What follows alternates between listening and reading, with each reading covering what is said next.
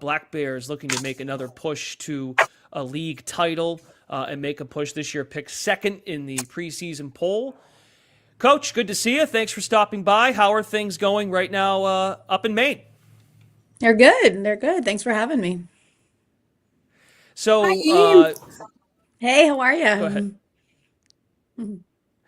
This is bringing me back like 10 years ago when you two were going head to head in the conference tournament in Portland. That was a good time watching you two go. And Amy, you've done such a great job building something really special with Maine, and you continue to raise the standard really for the whole league. So it's great to see that your team, as of now, knock on wood, let's stay healthy this year, right? You got Adriana Smith back, and Maureen and I were joking, like, wow, we did this last year, and I think you had just found out that Adriana was going to be out for the season. So you still persevered and did the interview with us, but I'm sure in the back of your head, like, yeah, like, please, people keep asking me about this, and how do I feel about it? But it must be really touching, and you must be elated for her to be back on the floor. And what's it been like for the team to have Adriana out there and in position to make a return to the floor?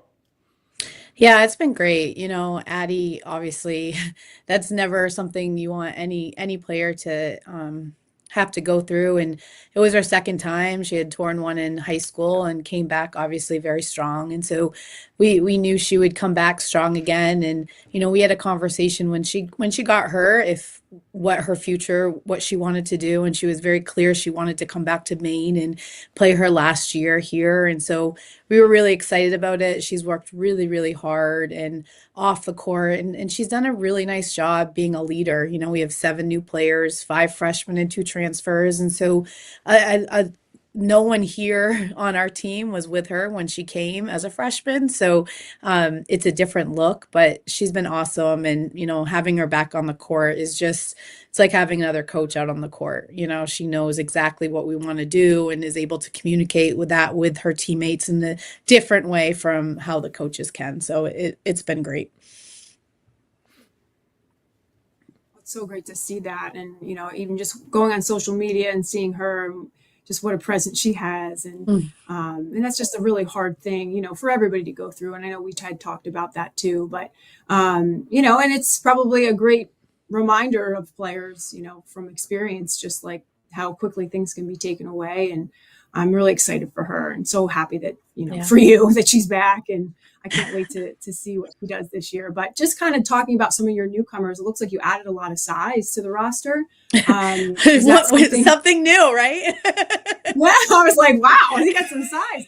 Is that something like you think? Obviously, your style of play is, really hard to go against. But just having that size, is that going to change a little bit of the way that you play?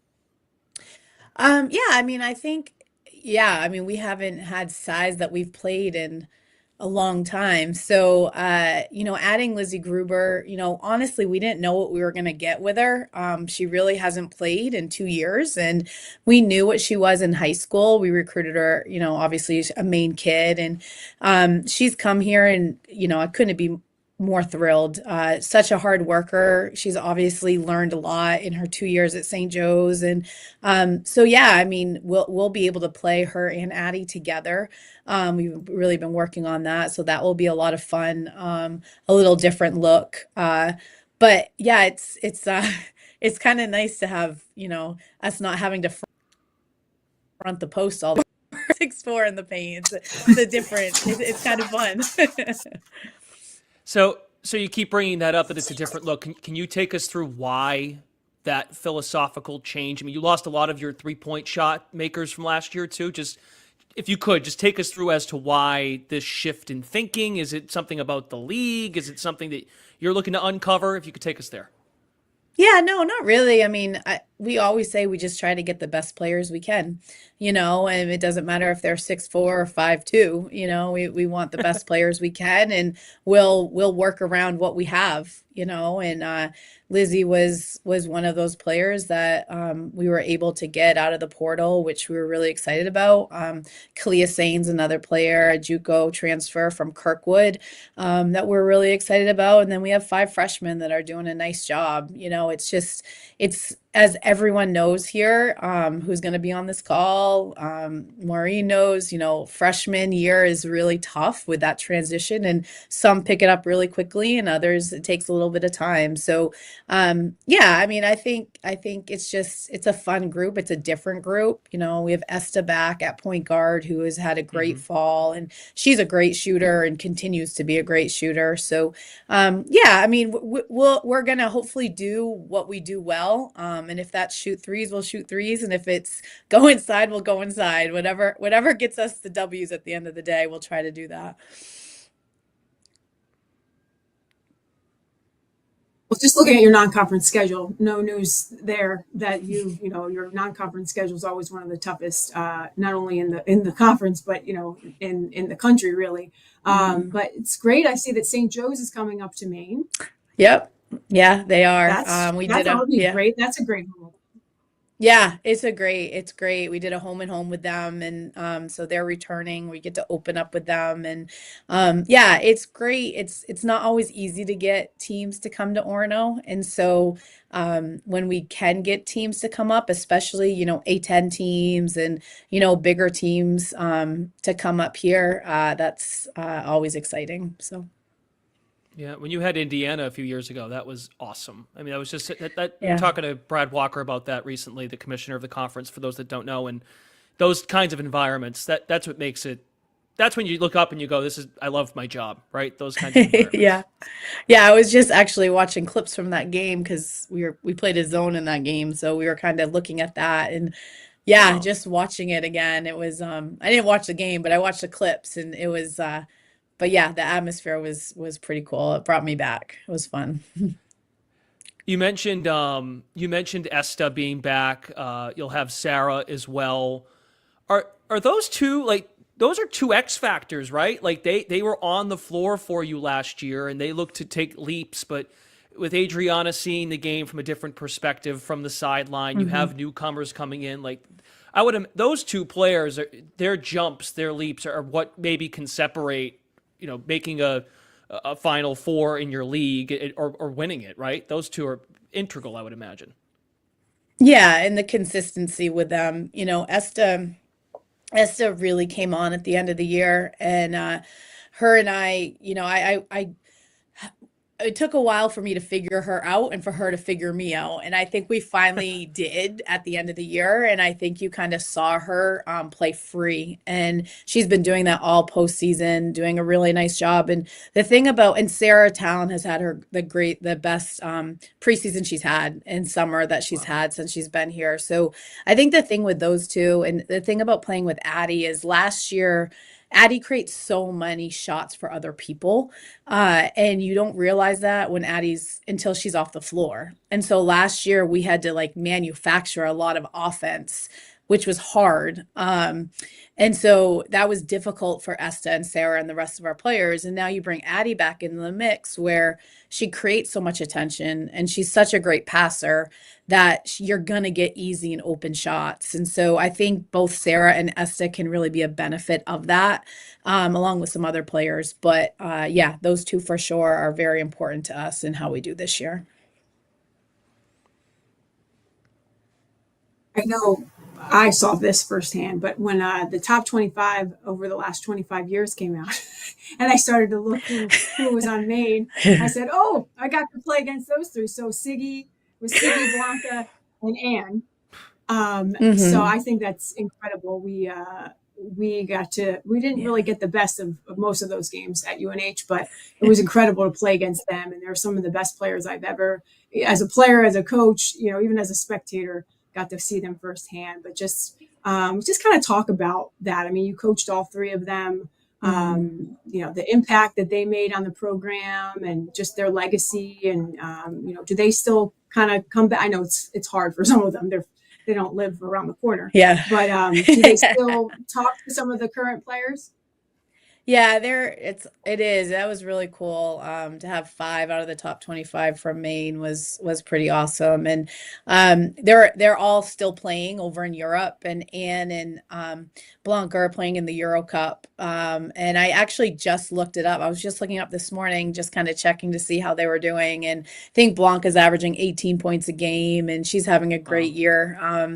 Anne's doing a great job in Italy. Blanca's in Spain, and Anne's in Italy. So they don't come back often because obviously they're very busy in playing professionally where they are, but definitely keep in touch. And actually, Anne, this summer, a couple of players, recent alums and classmates of her, were all together, and they FaceTimed us and FaceTimed me, and it was fun to see them together.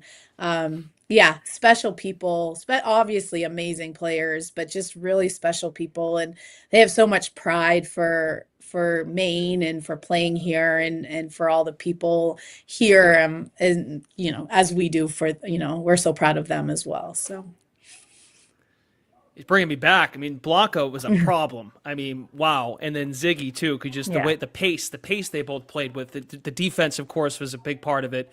And yeah, we had Elisa Kresge on, and we talked about defense. And Vermont yeah, has done a really nice job over the years with their scoring defense.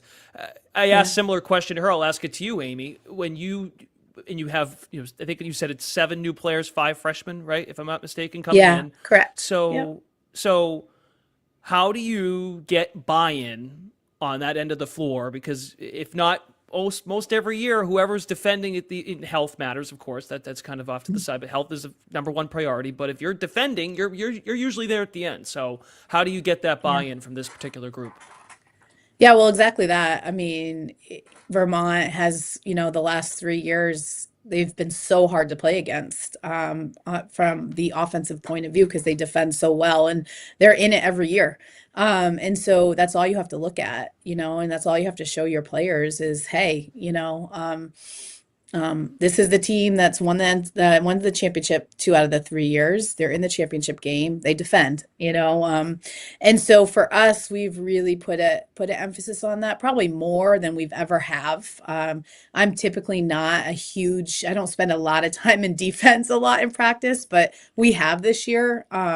Really just putting our basics and the fundamentals of how we want to guard things, and hopefully that will stick. And then if we need to change things scout based, game by game, we can do that. But it really comes down to working hard, and being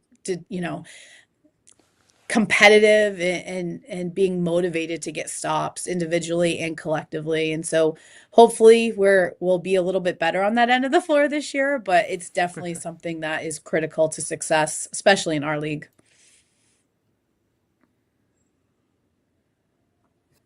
It's just a little off the topic of your team, but just like the impact that last year with such a great year. And I know you and Chris and Ashley are really close, Mhm. and just what that was like. I think, obviously he's done a tremendous job over the years, but just to kind of have Graham where they're at, you have always been super successful, and just in a place like what is the community of now the men's program kind of up and coming.